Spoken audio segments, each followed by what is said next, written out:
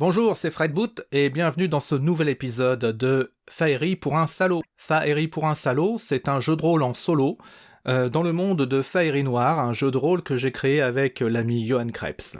Dans les épisodes précédents, nous avons suivi le périple de Max le Dingue, un Gravos, c'est-à-dire un orc, fraîchement débarqué à Dieppe à la recherche de sa sœur disparue. Max a découvert que cette disparition semble avoir un lien avec une certaine main blanche, un ou une tueuse de rejetons qui sévit dans la région.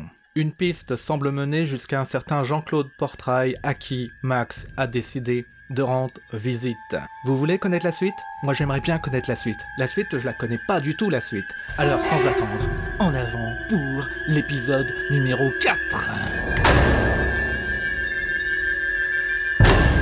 Nous allons donc démarrer une nouvelle journée et une nouvelle scène. Max a pu récupérer pendant une bonne nuit de repos le point de vie qu'il avait perdu. Je tire une carte, c'est un set de trèfle que j'ajoute à ma main, et ça ne me donne pas grand-chose de très intéressant. On commence une nouvelle scène. Cette scène, c'est partir à la recherche de ce Jean-Claude Portrail. Je tire une petite carte pour savoir si un événement imprévu va se dérouler. Un valet. Si ça avait été un joker ou une dame, ça aurait été le cas. Ce n'est pas le cas, c'est un valet. Un petit œil donc sur la fiche de personnage, où j'ai ajouté le PNJ que nous avons rencontré la dernière fois. Max dit que partir seul est peut-être pas une bonne idée, sachant qu'il n'est pas très très bon tireur.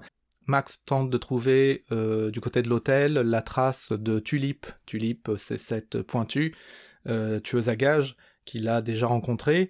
Est-ce qu'il la voit ? Oui, mais... Alors, il la voit, mais donc il la voit quand il rentre à l'hôtel le soir,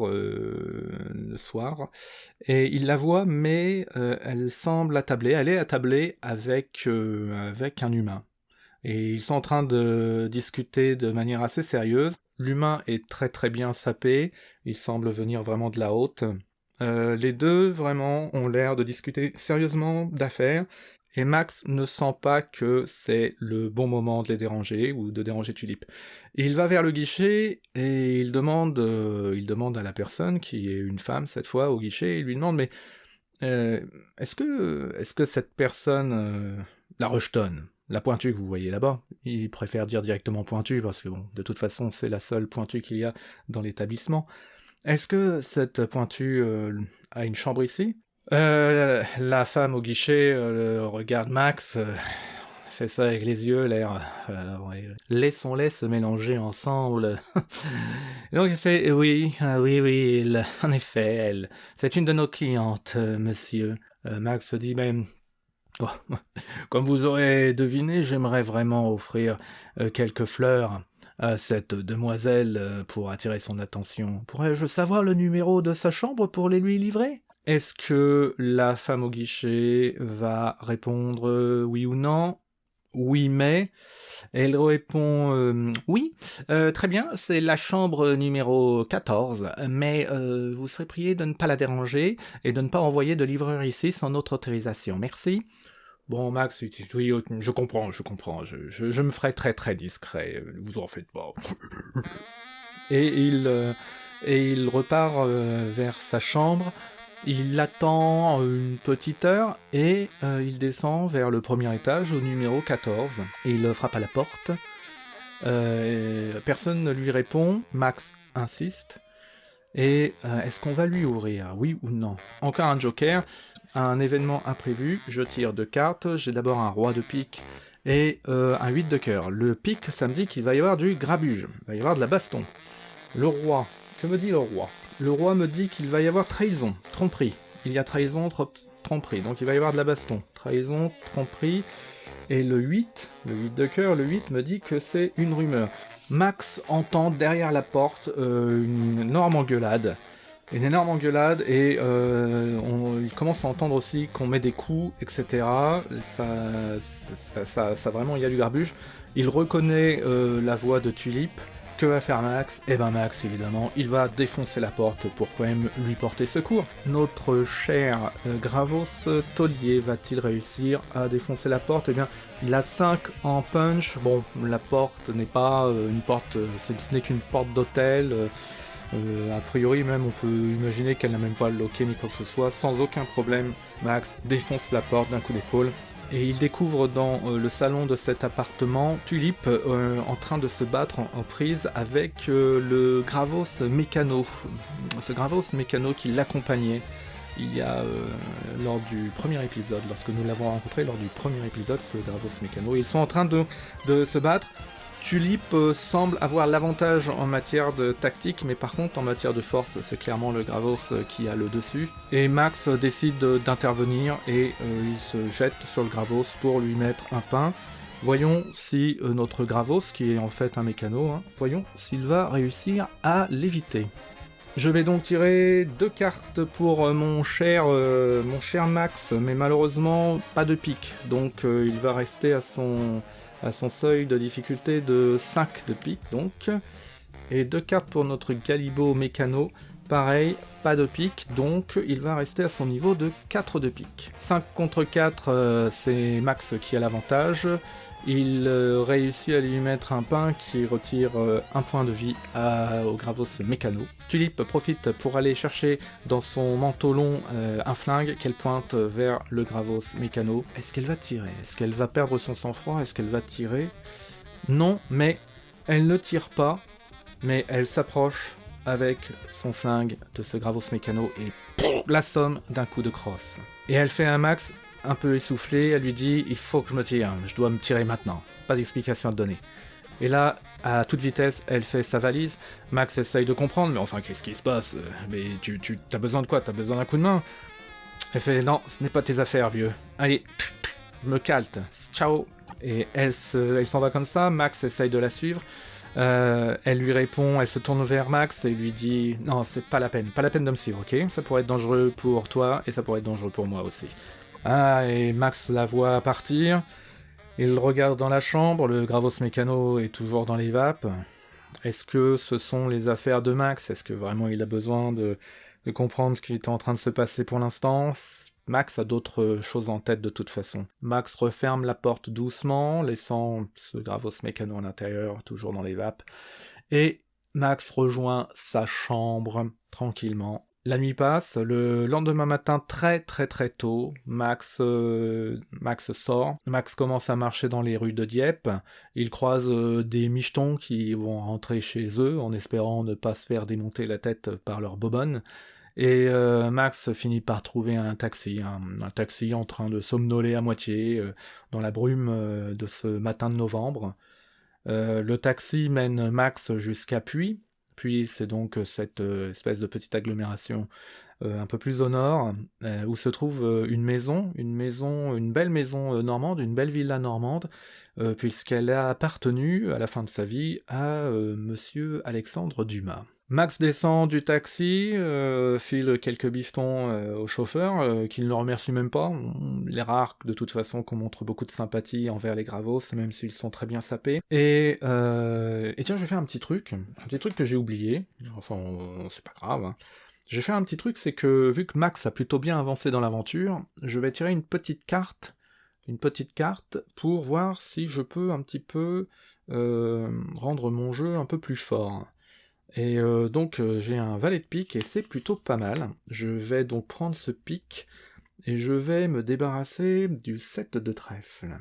Max arrive devant donc un mur d'une hauteur d'à peu près 2 mètres, un mur de pierre d'environ 2 mètres de hauteur, ainsi que devant une grille. Derrière cette grille se trouve la villa d'Alexandre Dumas, et la villa donc de monsieur Jean-Claude. Max ziote, est-ce qu'il voit quelque chose de spécial? Oui, mais il voit 2 chiens. 2 chiens au loin, assez mastoc, mais ces chiens ne semblent pas l'avoir aperçu ou ne semblent pas prêter attention à lui. Ah, des clébards. Comment vas-tu te débarrasser de ça, mon cher Max? Alors après, bien sûr, il y a l'option de tout simplement sonner et voir si on va lui ouvrir. C'est peut-être une chose qui peut se tenter. Ou alors trouver un appât. Max fait un petit peu le tour de la villa, il longe comme ça le muret de pierre pour essayer de voir s'il y a un endroit où qu'il pourrait peut-être escalader facilement, Est-ce que c'est le cas? Oui, mais... Oui, mais... Oui, mais c'est là où se trouvent les chiens en ce moment. Donc, ce qu'il faudrait que Max réussisse à faire, c'est peut-être d'attirer les clébards jusqu'à la grille, de courir à toute berzingue jusqu'à cet endroit qu'il pourra escalader, en espérant que les chiens ne sont pas assez intelligents et rapides pour le rattraper. Allez, on essaye ça. Donc Max s'approche de la grille, drelin, drelin, les clébards arrivent en courant, Max lui n'attend pas et il va courir à fond les ballons jusqu'à se murer. On va faire un petit, on va se surpasser un petit peu et on va voir si on réussit à faire cette action de courir et d'escalader rapidement sans se faire remarquer par les chiens. Ça va vraiment être une action en brio. Notre Gravos n'a que un embryo. J'ai une carte, ouais, qui pourrait peut-être lui donner un en plus. Malheureusement, il semble que ça soit un petit peu délicat. Donc malheureusement, au moment où Max est en train d'escalader le muret, il s'aperçoit que les deux chiens sont déjà en bas du muret en train de gueuler vers lui. Et là, Max remarque quelque chose d'assez bizarre, c'est que il n'a jamais vu cette race de chiens. C'est extrêmement bizarre, ils ont l'air extrêmement agressifs d'une part, mais Max se dit c'est pas tout à fait des chiens. Il y a quelque chose, il y a eu un croisement, Max n'arrive pas à saisir lequel, et Max se dit qu'il va pas que ces deux clébards vont pas tarder à attirer l'attention des propriétaires et qu'il faudrait mieux se cacher. Est-ce qu'il a le temps pour ça? Oui, mais il descend, mais juste au moment où il redescend le muret, donc vers l'extérieur, il voit quelqu'un en effet sortir de la maison, de la villa. Il a juste le temps d'apercevoir que c'est une humaine, une jeune humaine. Elle est habillée comme si elle partait à la chasse à courre. Max, évidemment, lui, va essayer de se barrer peut-être, à moins que... peut-être qu'il faut jouer franc jeu. Après tout, maintenant qu'il sait qu'il y a quelqu'un, et que quelqu'un sait qu'il est là, allez, il faut essayer le truc, tant pis. Max va vers la porte d'entrée, drelin, drelin encore, cette fois les deux chiens encore se ramènent en boule dingue, mais suivi par cette jeune humaine qui s'approche de lui. La grille est toujours fermée, bien entendu. Et cette humaine lui demande vous cherchez quelqu'un? Et Max répond oui, je cherche Jean-Claude, monsieur Jean-Claude Portrail, s'il vous plaît. Que va-t-il lui répondre? Est-ce qu'elle va lui répondre qu'il est présent? Non. Elle lui répond sèchement il n'y a pas de Jean-Claude Portrail ici, monsieur. Je vous prierai d'écarpir maintenant. Vous énervez mes chiens. Max, il aime pas les gens qui lui répondent comme ça, surtout quand il est à la recherche de sa sœur, dont il n'a pas de nouvelles depuis plusieurs jours. Max va essayer de se montrer un petit peu plus persuasif. Il va essayer un petit coup de jactance, ma foi. Un petit coup de jactance. On va dire que notre chère humaine est quand même... ça va pas être évident, évidemment, pour Max de se faire accepter. Il va falloir un petit coup de pouce, peut-être du destin quand même. Malheureusement, j'ai pas grand-chose qui puisse l'aider. J'ai pas de cœur qui pourrait aller un peu plus loin. J'ai combien en cœur? J'ai 3 en cœur. Moi, j'évalue le truc quand même à au moins un seuil de difficulté de 6 à atteindre. Ça va pas être trop possible là tout de suite. Donc l'humaine fait la sourde oreille et Max n'a pas d'autre choix de tirer le revolver de sa poche et de faire, vous savez, à cette distance, je peux en descendre un des deux. Vous me laissez entrer, on doit discuter d'une certaine Josie, une Rushton, une Gravos comme moi. Elle avait affaire avec ce monsieur Jean-Claude, vous comprenez? J'ai besoin d'informations. Est-ce que notre humaine va se montrer plus conciliante? Non. Elle lui dit écoutez, nous n'avons absolument jamais vu de Gravos par ici. Nous n'avons jamais invité aucun rejeton. Vous comprenez? Max comprend très bien, à son regard extrêmement froid. Elle lui fait je vous préviens. Je ne veux plus vous voir dans les alentours, sinon j'appelle tout de suite la police. Et vous allez me ranger tout de suite votre petit joujou. Max, évidemment, est un petit peu dans une impasse. Mais Max, son petit nom de jeunesse, c'est Max le dingue. Et Max flingue un des chiens. Là, évidemment, c'est plus la même Java. Le deuxième chien se jette sur la grille, essaye d'escalader la grille. Il a l'air aussi agile qu'il est féroce. Et Max bute ce deuxième clébard. L'humaine, elle, s'est déjà enfuie pendant ce temps-là. Elle s'est enfuie à toute berzingue vers la porte. Est-ce que Max réussira à l'atteindre? Non, malheureusement, parce que bon, avec la grille, il va de toute façon avoir un désavantage, elle est déjà éloignée. Ça va être très difficile. En plus, encore une fois, Max est un très très mauvais tireur d'élite. L'humaine réussit donc à revenir dans sa villa. Max sait qu'il a très peu de temps avant qu'elle appelle les flics. Il déglingue le loquet de la grille pour pouvoir rentrer. Il court à toute berzingue vers cette villa. Il ouvre la porte. Est-ce qu'il voit cette jeune humaine? Non, mais il ne voit pas la jeune humaine, mais il voit un téléphone à l'entrée, et le combiné de ce téléphone est décroché et en train de continuer de pendouiller et de se balancer. Max le porte à ses oreilles, il entend que c'est une opératrice qui lui demande « Oui, vous cherchez quoi? Vous cherchez quel numéro ?» Max respire, il comprend qu'elle n'aura pas eu le temps d'appeler les flics, il raccroche. Il avance le flingue à la main. Il traverse ce petit couloir, il y a un escalier montant au premier étage, un joli escalier en vieux bois. Max va essayer d'entendre s'il y a du monde aux alentours. Je tire 2 cartes pour voir s'il peut se surpasser. 2 carreaux, malheureusement, ça ne va pas être assez pour repérer des sons ici. Max a le choix entre un joli salon devant lui, qui se trouve derrière une porte vitrée entrouverte. Ce sont des vitres teintes comme ça, qui font comme des vitraux en fait. C'est très très bien. Vraiment, l'endroit évidemment est vraiment vraiment superbe.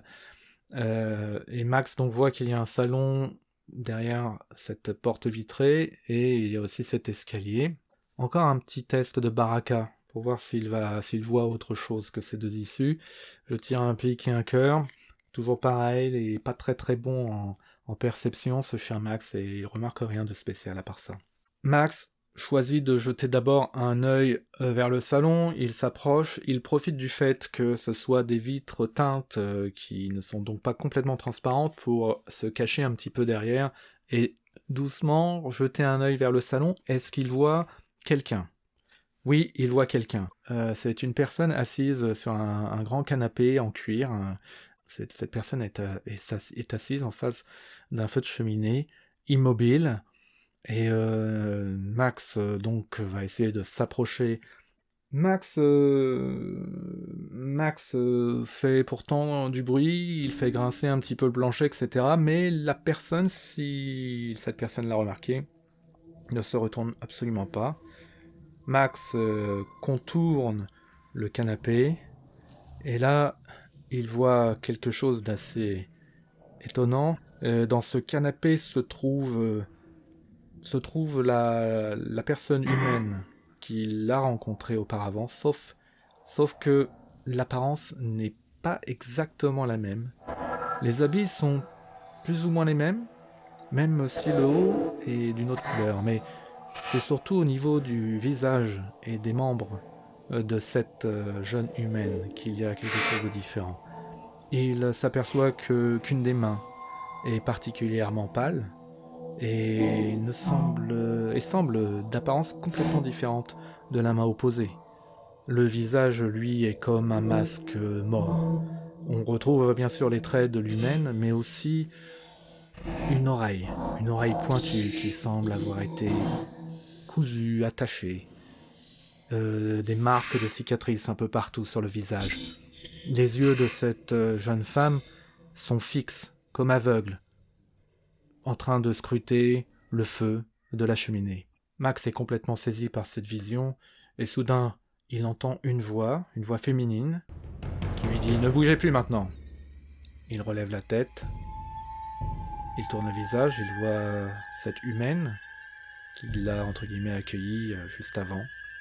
À côté d'elle se trouve un homme assez vieillissant, cheveux dégarnis, un humain, avec des petites lunettes noires. Et la suite, au prochain épisode. Au revoir.